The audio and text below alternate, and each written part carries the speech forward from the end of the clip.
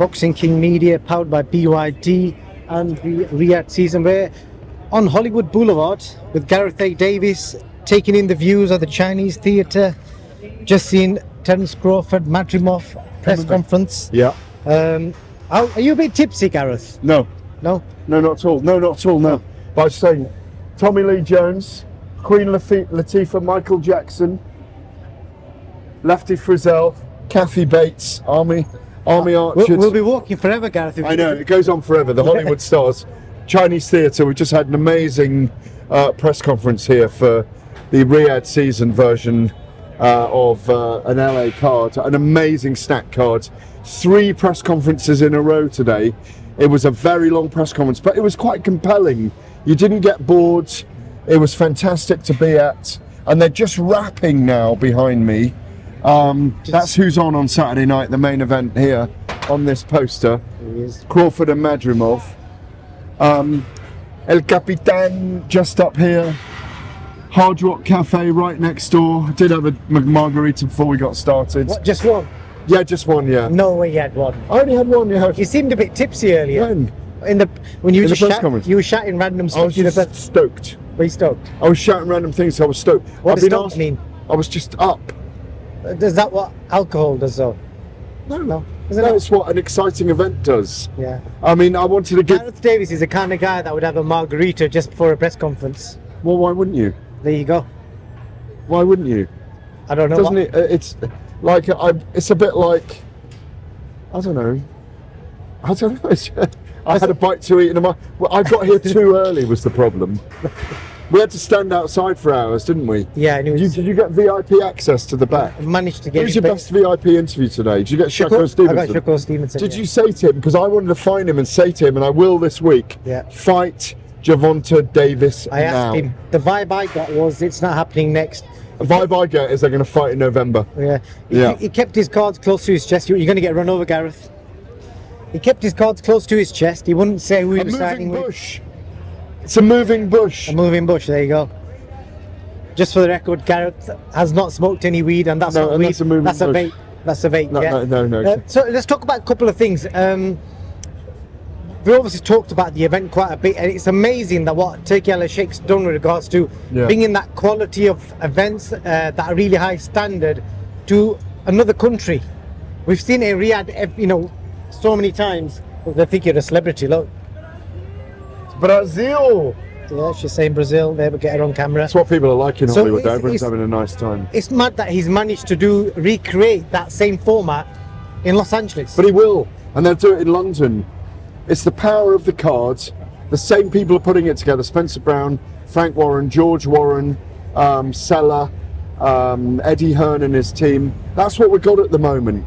That's the big thing that His Excellency Turkey Al Sheikh is doing. People are calling it the takeover, aren't they? And I've said it to you before. It's not. It's bringing cooperation to the sport. It's getting everyone to cooperate together for the better good of boxing, for the better matchups, the more exciting matchups, finding out who's the #1 in the division, creating the right conveyor belt and escalator for the fights that are going to come afterwards. Indeed. Yeah, they don't leave a stone unturned. They get the right teams together, they get the people who know what they're doing and saying, guys, make it happen. We want you to create the best card you can. The only thing I would have done on this card, I'd have put a little bit more British interest on it, because it's very much an American card. Having said that, it's amazing to be here. An American card in America. Yeah. Well, no, what I mean is that the matchups are for an American audience, not than for a British audience. That's what I meant. Okay. That you could have created a bit of narrative of British or European fighters on it. You could have. They didn't want to, they didn't need to. But Boxing King Media, I've been here probably 50 times to fights in LA, 50 times to fights in New York, 100 times to fights and boxing and MMA in Las Vegas. This is as big a card I've ever been witness to. It's incredible today. It's not a fight week as well. It's like an experience, would you say? This is an iconic venue. It is. It's where the Oscars happen. All the big movie premieres happen here as well. Exactly. Yeah. We've been on Santa Monica Beach. The beaches... Have you ever been to a movie premiere here, by the way? No. I tell you what, just by chance, I was here about 15 years ago, and I didn't know what this was. and I walked in, Denzel Washington just pulled up. Yeah. It was the Book of Eli. Do you remember the Book of Eli? It was the premiere of that movie, yeah. I'm not going to say two names, two of the biggest names you've ever met. I used to, Wildcard Gym is just down and to the right, a few blocks down there, and then to the right, 3 blocks down, 4 blocks down, is the Wildcard Boxing Club, where Manny Pacquiao and Amir Khan trained for years under the masterful shadow of Freddie Roach. Halfway down that road is a coffee shop that's also Alcoholics Anonymous, and I've run into, because I've stayed here many weeks in the past when Amir was living here. He lived just down there. Manny Pacquiao was there. I used to go to his apartment in LA to interview him. So many big names. I'm talking about the biggest names in the world turning up at that coffee shop. It's the Alcoholics Anonymous meeting. That's crazy. Yeah, just getting a coffee and they're sitting there in a group talking about. I'm about to. Oh, sorry. They're just there talking about their issues. I'm not going to name names. It's Alcoholics Anonymous, but it's that kind of place, Hollywood. Yeah. It's amazing. It's got star quality. And just away from this card, a couple of things I want to talk about. I want to correct a couple of narratives because I've probably been guilty of it myself without reading into it. This whole thing with the Olympic lady, yeah. So from what I've read, there's 2 of them. She's the Algerian woman's the one that's made the news mainly. Yeah. So, from my understanding, she was born with female genitalia. However, but we don't know that for a fact, but that's the assumption, that she's allegedly got an XY chromosome. Women have XX, she's got XY, which basically means your body produces more testosterone. Yeah, and she's got a different body formats down there. What does that mean? She's transsex, not transgender. Intersex, sorry. So would not she have a penis or a vagina? No, neither. No? Yeah, she's got parts down there that generates more testosterone. But she doesn't have those parts that a man has. But they're called intersex. That's the biological description of it. She's not transgender. She was born a woman, but she's just fallen. Because that's what the narrative's been, that obviously it came from... but people, it's semantics. When people think of transgender, they think of someone changing their sex while they've been alive. Now, don't get me wrong.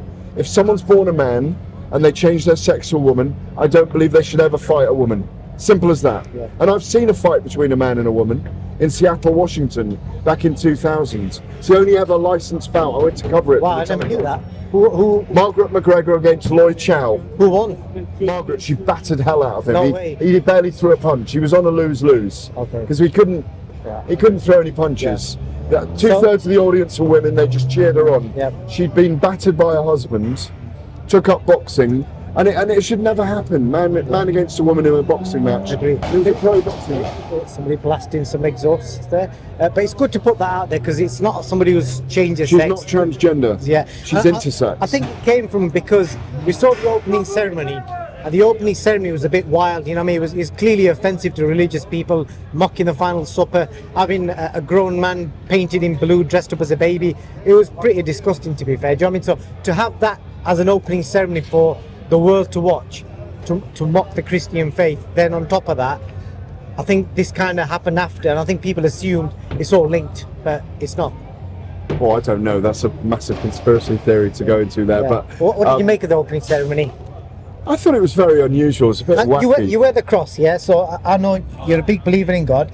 Were you offended? I'm a faithful. No. You weren't offended? No, people are able to do what they want. I don't get offended by that. Do you not? I get offended when people are offensive. You know? Do you not find the opening ceremony offensive? No, I didn't. You find them mocking No. No? I don't, it's just... Like the idea of grown men that are like, they were wearing next to nothing with like children on the stage. It all just seemed a bit weird. I actually didn't see that bit. Oh, you need to see it. I followed the boats on the Seine. Oh, you need to watch it. I haven't seen all of it. Yeah. I think I was really busy with Joyce and Chisora that night. I just watched the highlights. Yeah, I mean, look, things like that can easily cause offence, and it's a massive global platform, so it doesn't surprise me that people have taken offence to it. As for the other story, there was wild speculation that the Algerian athlete was transgender. Let's make it clear, she wasn't. She was born a girl, she's grown up a girl. As you say, she's just got heightened levels of testosterone that make her characteristics closer to a man's, or certainly over the border towards a man, if you like. There's a border there, over the border to being a man rather than a woman. Fortunate middle ground, basically. Yeah, exactly. Yeah. So I spoke to Eddie Hearn about this earlier. Cheers, brother. That maybe there needs to be better biological testing. I'm still going, better biological testing in these kind of scenarios. And what's confused it is Eba reduced her suspended her from a competition, but the IOC have said it's fine, and another athlete. So as a result, still going, but as a result, see, that margarita worked. That was about 3 hours ago. As a result, Eba and IOC are already at loggerheads. They're even more at loggerheads now. I think that's part of what's going on here as well. Yeah. Last thing I want to speak about, away from boxing. I don't know if I made any sense there. No, you did. There's a van just gone past with like brandy and everywhere. And Eminem on as well, yeah. Yeah. There we are. Amazing. Yeah, I mean, they pulled out all the stops. Let's have a little walk this way. And I think, I can't think of anyone better to restore calm in the UK. I don't know if you've been watching the news. There's, I don't use the word rioting, but there's protests all over the country. Obviously, because of what happened in Southport the other day. How do we restore calm? How do we restore calm, Gareth, from the UK? How do you restore calm? You have to listen to people's issues. Because there's a lot of people that are basically jumping on and trying to create a narrative, and you know. I don't. My belief is have respect and time for people and listen to their problems. I believe in multiculturalism. I believe in a unified world. That's why I'm behind this 2030 vision that Saudi Arabians have. Because arts, culture, music, theatre, sports, we're all coming together under one banner. Let's just show neighbourly love to everyone. People do get unhappy sometimes. When I was younger, I protested at things in the past. When the poll tax came in, it's now known as the, what's the poll tax known as? What's the tax? Council tax. When that came in, we all protested through Westminster. Margaret Thatcher brought it in. We were young people, we didn't want it happening. But let's make our point non-violently. That's what I think. I mean, without sounding like a hippie, but let's make it non-violently. Yeah, because you know, at Boxing King Media, our plan is to create more different type of content, talk about more topics. Because you're not getting me involved in politics. Let Eddie Hearn run for Prime Minister, as he's on about. It's just a case of like. Can you believe he's talked about wanting to run for Prime Minister? I think he told me today he was joking. But like I said, the interview I did with him the other day has done like 2 million views on social clips. You know, he's quite passionate about what he said, and I stand by what he said, because the UK is a bit messed up, and there needs to be a change. But what that change is, there's people in positions that are getting paid to make them changes, and they need to do that. We need to listen to people's problems, and we need to solve them. It's as simple as that. We need to listen to people. We need to protect our children. Yep. I believe in all this. I'm a father and a grandfather. I don't want to sound soft about this. I believe in law and order, and I believe in people being punished properly for what they've done. That was a disgusting thing that happened in Southport the other day, because you think of your own children, your own grandchildren on their way back from school or out of class. We shouldn't have to worry that our children, our grandchildren, our young people are vulnerable to violent, dangerous people. Those violent, dangerous people need managing and being put away. It's as simple as that. It doesn't matter where they're from, who they are. That's the key point in this. It doesn't matter where they're from. It's irrelevant where they're from. That is so key what you said there. Where the evil and intent is in them that needs to be removed. Because there's good people and bad people, and that's what I basically want to promote, and people need to understand that. Yeah. What are you doing now? I'm going to go and finish the last 4 chapters of a book I'm doing. Yeah. Called Call of the Warrior. You fancy speaking to any locals? No, I'm done. You could have another margarita? Maybe. No. Gareth Davies on the Hollywood Boulevard, first time ever.